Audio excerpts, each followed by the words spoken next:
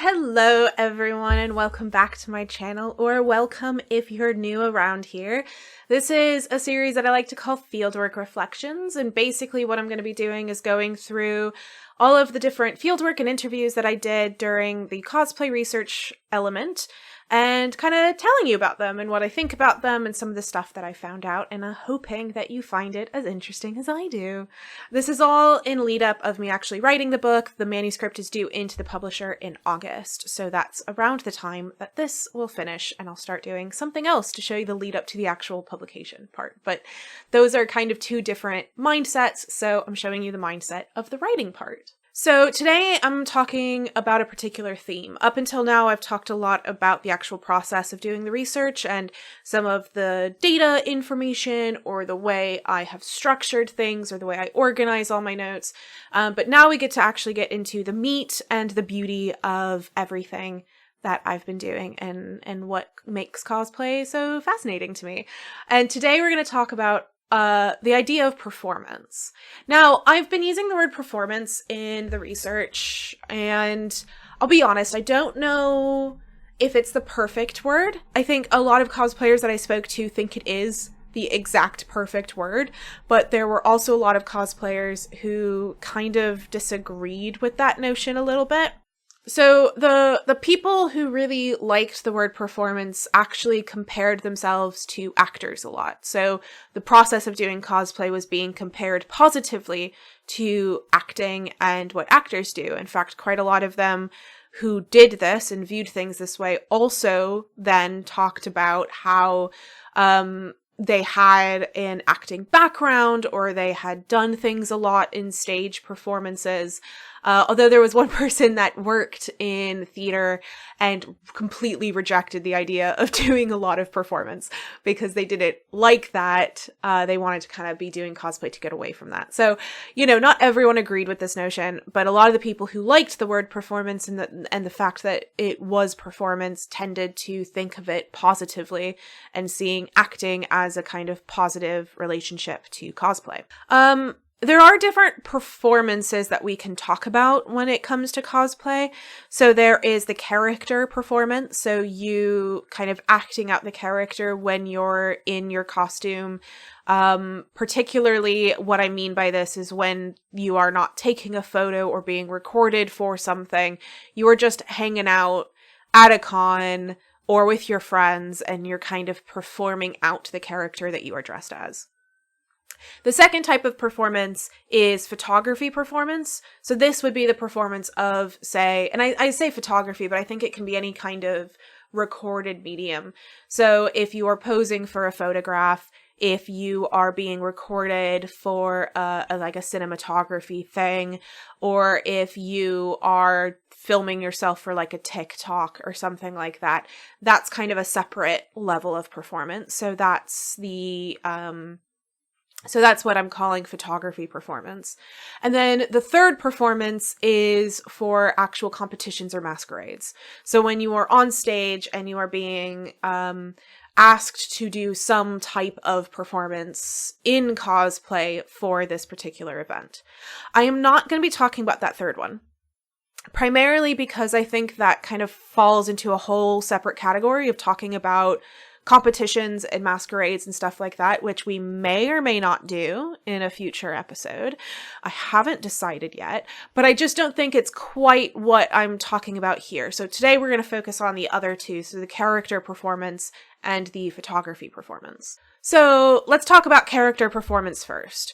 This one was definitely something that people felt very strongly about, but in very different ways. So one of the very first people that I interviewed was someone who I've named Sam, and Sam was really into performance. Sam loved the performance of it, really got into it, talked about how they get into it, love how they go whole ham. Like that's what they talked about, how they really embodied when they went into it. And that was part of the joy for them, was being in character. They bragged about being at a con and people trying to get them to break character, and they just wouldn't break character.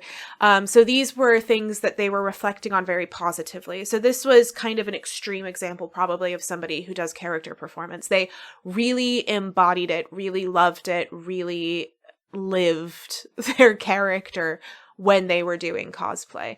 And in fact, when they had done a Harley Quinn as one of theirs, and when they were explaining some of theirs, they actually put on the accent and they were sitting down in front of their computer on a Zoom call with me, and they were like moving around in their chair. And so like even in the interview, they were performing. They were super into that performance. Probably another level of this is someone who I talked to who I've named Arthur. Arthur likes to put on a bit of a show, is how they phrased it. They didn't do it whole ham in the way that Sam did. They didn't really talk about how they would never break character, but they said that they like in certain moments to really put on a show. They liked to kind of be not all the time a center of attention, but when they are in cosplay, wanting to be a little bit of there, you know, I am this character and I'm going to live it and I'm enjoying it. So that's what I'm doing. So that's what they were saying. They like to put on a bit of a show. They like to do that performance side of it as part of their experience. For cosplayers like Sam and Arthur, they see the performance part of it as like a persona thing. So they are embodying not only the costume of a particular character, but they've also got to embody the persona of the character. And when you are in that costume, you kind of live out that persona. Again, they compared it a lot to being an actor. An actor puts on a costume and plays out the character. What am I doing that's any different? That's kind of how they viewed it.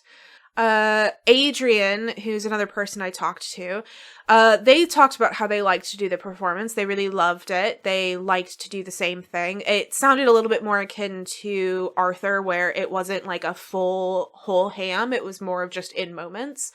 However, they didn't see it in the same way. They didn't say that they liked to do the performance because it was a persona that you're putting on and that you're playing out like an actor. For them, they were saying that they pick characters that are like them. They pick characters that are like their personality and are similar to their already persona. And so acting out the character was just them being themselves rather than being somebody else. So it's an alteration on the theme, but not an abnormal alteration on the theme.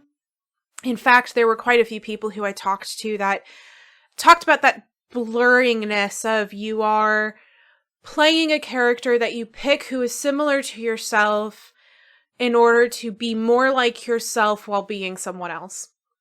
And it's a very kind of complicated relationship that I think maybe I can unpack later, but it was an interesting aspect of the performance conversation where it is that kind of slight you are someone else and wanting to be someone else in order to feel more like yourself, which is always a really fascinating conversation to have with people. Not everyone does this though. Not everyone does the big performance.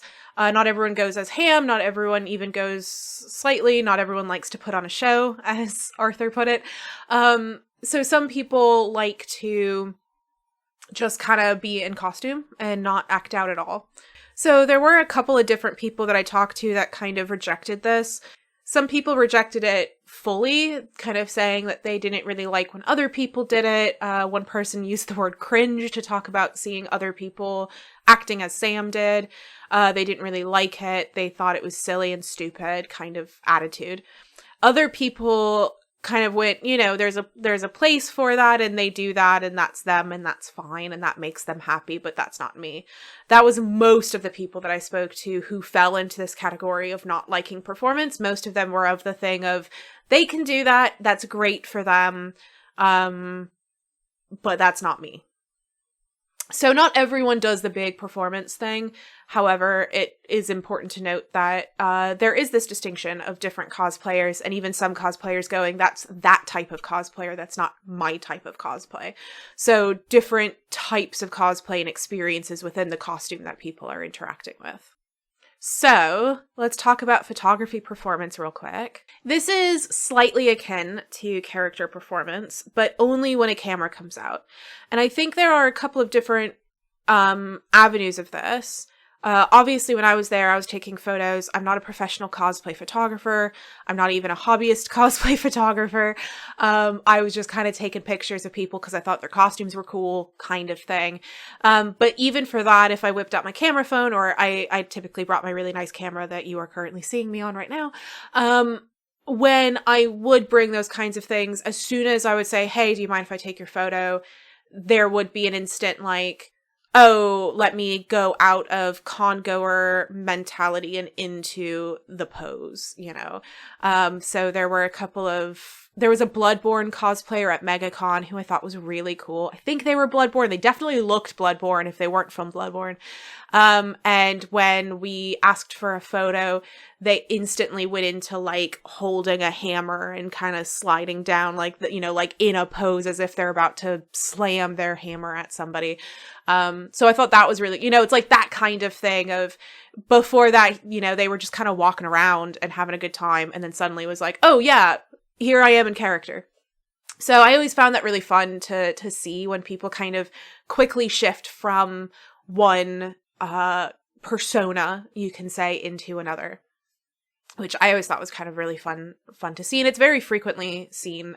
Even the people who don't like doing the performance would at least select a pose for photography. Typically for the professional photography shoots, people would try to replicate shots from the original media source.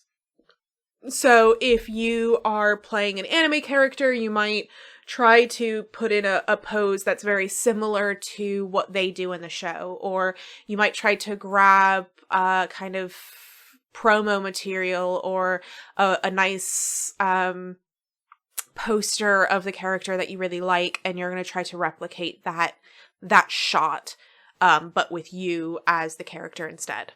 One person that I spoke to, who I'm naming Stevie, talked about how they liked to improvise during shoots. So they would sometimes bring in replications, but then they would just kind of do their own thing. And again, this was akin to acting and performance, feeling comfortable knowing the character really innately, and therefore being able to improvise the way that you move and not needing to rely on the traditional original material. However, not everyone was comfortable doing this, and sometimes people actually brought in shots from the show that they would then show the photographer and go, I'm trying to go for this. And then they would try to go for that.